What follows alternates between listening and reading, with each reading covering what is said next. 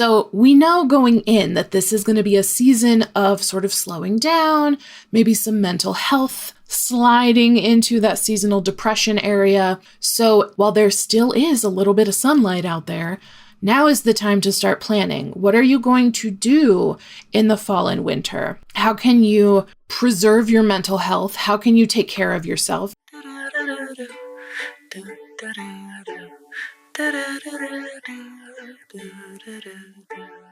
Hello, Neurodivergent Creatives. Welcome back. And today's topic is something that I wasn't going to cover until October, but I'm already thinking about October. So my brain is already in October, which means it's time to talk about this. And I don't make the rules. Also, I don't think that we are beholden to linear time, except on things that we actually are, such as doctor's appointments and deadlines. And, some things, yes, linear time. Other things, just kind of loosey-goosey go with the flow, man. That's kind of where I'm at right now, being mentally in October. So the reason I am mentally in October is because I, for the past few months, have actually been trying to plan ahead in my business. What am I going to be selling? When am I going to launch my writing incubator again? This fall. I'm working on it though. And I need some time to come up with what I'm going to do.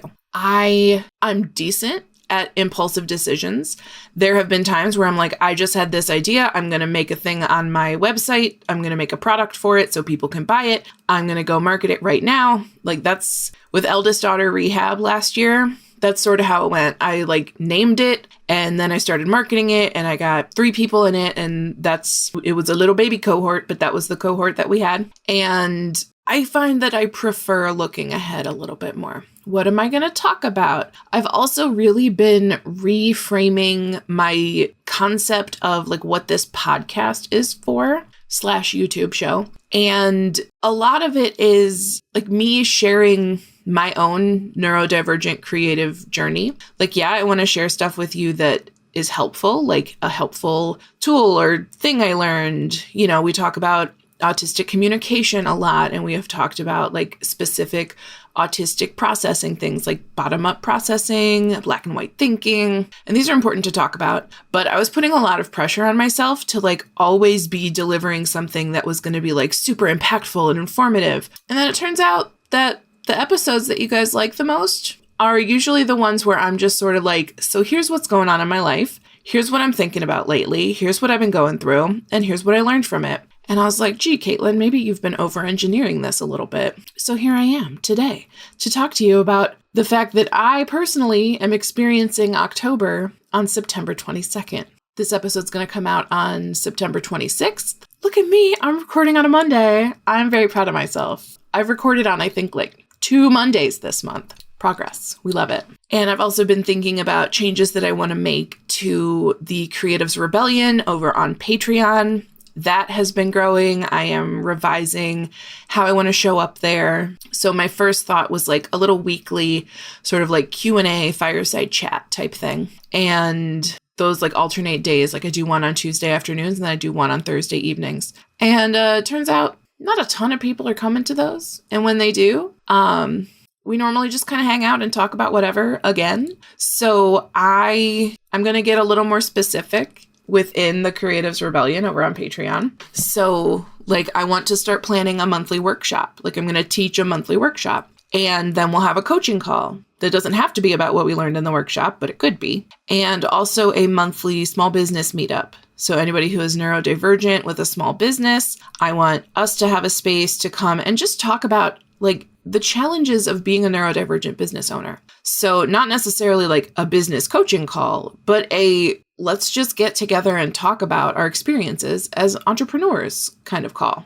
So I'm really excited about those things. And then I'm also going to begin planning a little break for myself every month, a week where I don't have to deliver that call, whatever it is. And I talked this over with my business coach today, and she was on board.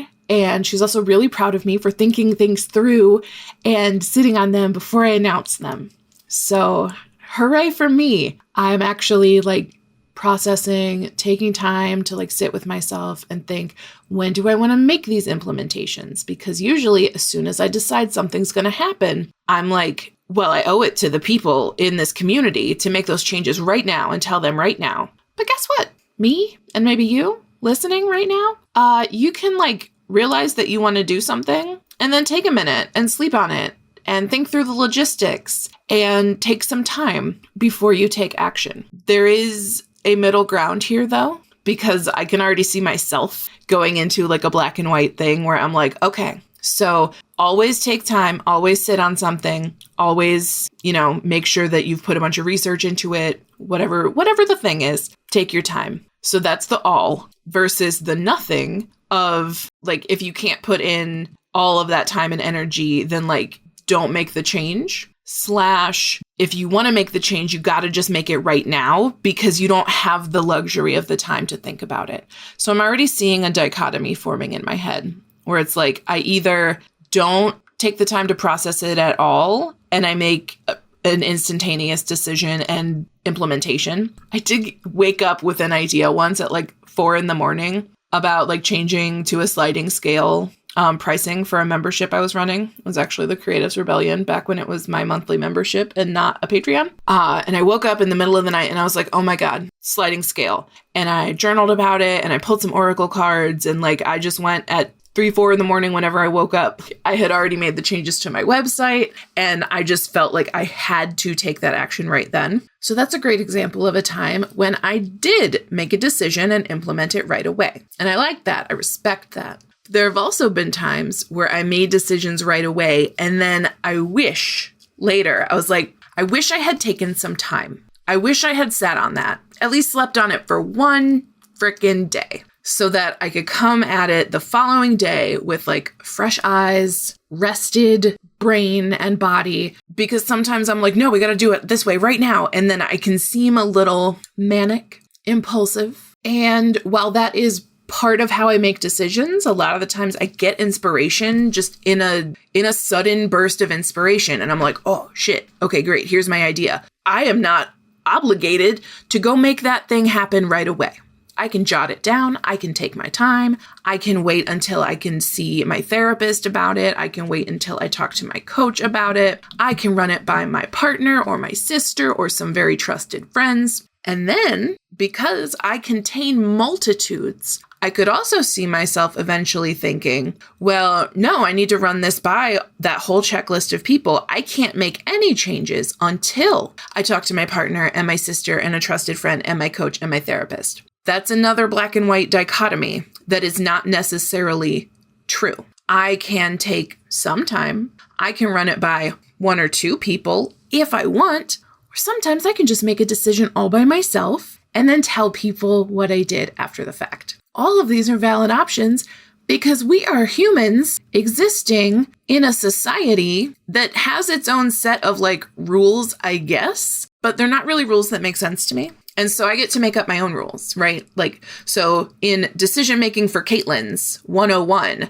I learned that Caitlins do like to take some time to think about things, but that does not obligate a Caitlin. Look, in my house, we describe movies or TV as safe for Caitlins or not safe for Caitlins. So for Caitlins has sort of entered the lexicon. So sorry if that's weird, but also I'm not that sorry because it's kind of funny too. So the proper care and feeding of your Caitlin includes the availability of time to think about something, includes perhaps a pumping the brakes reminder, like don't do something that's going to affect like a program that I run or a client that I have. Don't do something that's going to like impact somebody else instantaneously. Make sure that like I take the time to consider how my action or my decision is going to impact those other people and decide if I want to change anything about the idea that I've had. This is all super vague, but hopefully it means that you can sort of insert your own XYZ, whatever the problem is. So whether you are a like overthinker where you're like, oh no, I must run this by everybody I know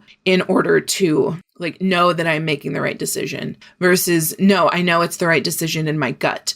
This is bringing up like human design because each human design, I don't know, part of the human design chart, and I am not an expert. I know it feels sort of like if astrology and Myers-Briggs and the Enneagram had a baby and like the I Ching was there. Human design is a lot going on. But something that I do know is like some people are like sacral decision makers. They want to feel like their decision activated in the gut or the heart or the head. Like there are different types of processors and like indicators. And so you want to lean into the one that your human design chart says is right for you. Your mileage may vary. I don't even remember what mine was, but I should probably go look it up because maybe it says, hey, Caitlin, you should sleep on it. And then I have not done that. So I will learn from my mistakes. Anyway, knowing that about yourself, knowing how you like to make a decision, do you need some time to decide? It's kind of like getting engaged. People say like, well, you're not really engaged until you set a date. But like, if you've got a lot going on in your life, you don't have to set a wedding date until you feel ready to. And ready is not like a checklist of tasks. Ready is a decision that you make. So you can decide to plan a wedding fast. You can be like, no, I definitely want to get married this summer. So let's plan it. Let's make it happen, Captain. Or you can be like, I don't know, real COVID-y out there. Like, I think my sibling and their spouse had like a 2 to 3 year engagement because it was like still the height of COVID. And they were like, I don't want to plan any large events in the early 20s. So we made it to 2024 and then they got married last year. And like, I love the luxury of taking the time to do it in a way that feels right for you. So whether that is me launching something new in my business, whether that is my sibling planning how long their engagement was going to be and when they were going to get married, whether that is you deciding whether or not you want to go on a family trip this year with your family, because every time you go, there's always a fight. And like, you get to opt out of that. Like, say Christmas is coming up, talking about non-linear time and stuff. Like, it is the end of September, which means we are about to roll into spooky season, followed by Christmas part 1, followed by like a 1-week break for Thanksgiving, followed by Christmas part 2. Christmas starts early. I've already seen the Christmas out. I would rather not think about Christmas until like November starts, but I do not run the world or the craft stores. So it's real Christmassy out there. Thinking about being with family for Christmas might feel like, oh God, I don't want to do that. So start thinking about that now. Start thinking about how you are going to guard yourself against family problems that come up every single year. Look, it's always December 25th. That's when Christmas is. The other holidays might move around. I think Yule is on the solstice. Hanukkah's somewhere in there. Kwanzaa's somewhere in there. They move. But like Christmas has a date. And so if you get to Christmas and you're like, arg, I didn't plan for how I was going to cope during going to Aunt and Uncle so-and-so's house and being surrounded by all these people that I don't really want to talk to. Girl, you can think about it now if you want. Go ahead, please. Think ahead. Just let yourself sleep on it. Let yourself start making plans. Cool. All of this, I have been talking for 15 minutes now, and we are coming up to the topic that I actually wanted to start with. But, we're here on a journey. I take you on a journey with me. It's beautiful. We love it. I feel much more like cozy, introverted. I want to make stuff in the fall and the winter. I also know that I get some seasonal depression. And so I want to make sure that I am also doing social things that keep me engaging with people and keep me like making sure that I have to show up somewhere and like be kind of on and be in a good mood. That can be used medicinally. Like if I know that I have to go be kind of chipper to give a workshop in somebody's community or something, like doing the act of smiling and being like, yeah, guys, I'm so excited. Your brain sometimes can't tell that you're faking it till you make it. So that's part of my planning as I go into the fall now. It was just the first day of autumn. We had the fall equinox. And now it's dark outside more. It's not terrible until we get that time change rollback.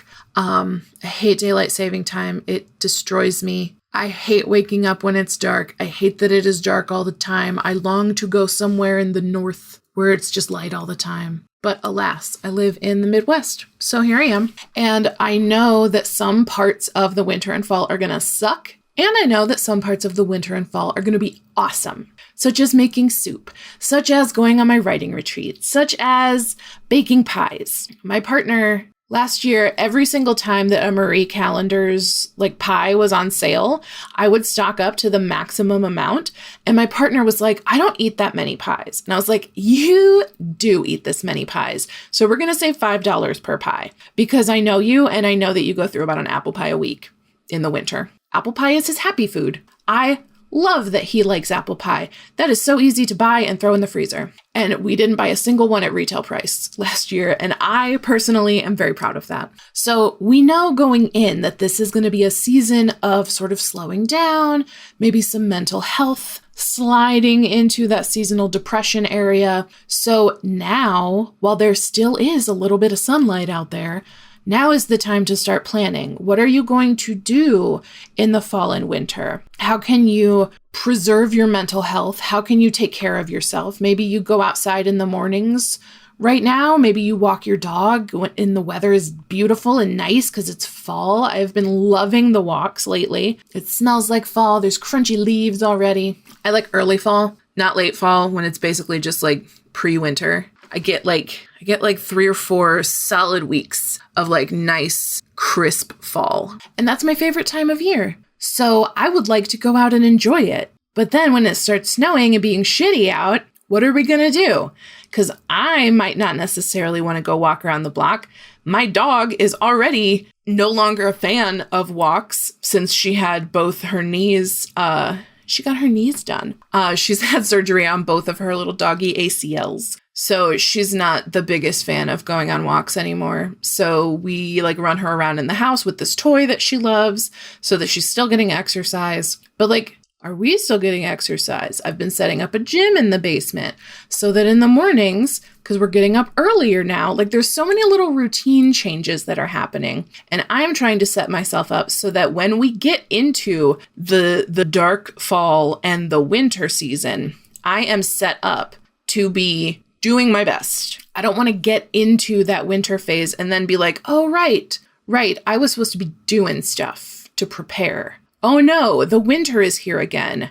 Who could have foreseen this? Me, a calendar, everybody. Also, the politics, they suck right now. It's scary out. Find people and communities you trust and make plans to check in with them and then keep doing it. We need community. We need to look ahead. We need to prepare for our seasons and cycles with the natural change of seasons, but also our man-made seasons, commerce season is coming up, right? From Black Friday until Christmas Eve, everything's going to be about shopping. If that drives you batshit, maybe plan on taking a bit of a social media break so that you're not being bombarded with ads. We can plan ahead for things that we know are gonna bug us or bother us or cause a problem. So let me just recap the journey I have brought you on. One is that I'm already mentally in October,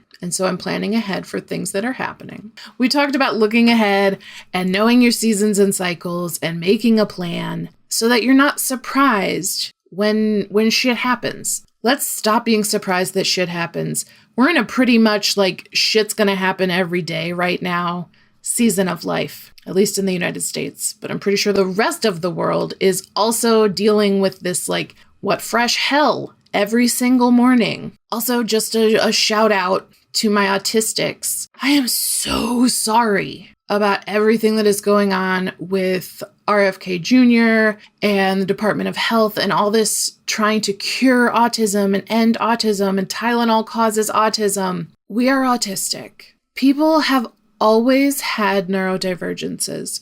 We just have language to explain our experience in the modern day. We have always been here. I am so sorry to all of us that everything is so shitty right now. I don't even have words for it. If you're autistic, if you're trans, if you are any type of person of color, the further we get from cis, straight, Christian, white, male, thin / average, everybody outside of that very narrow paradigm is at risk right now. So go get yourself a Marie Callender's apple pie on sale. Don't pay retail. Keep yourself stocked up in pies for the winter because you deserve a sweet treat when everybody in the frickin' government is acting like you are a plague. The government is the plague right now. Cool, I love you. Bye. Bye!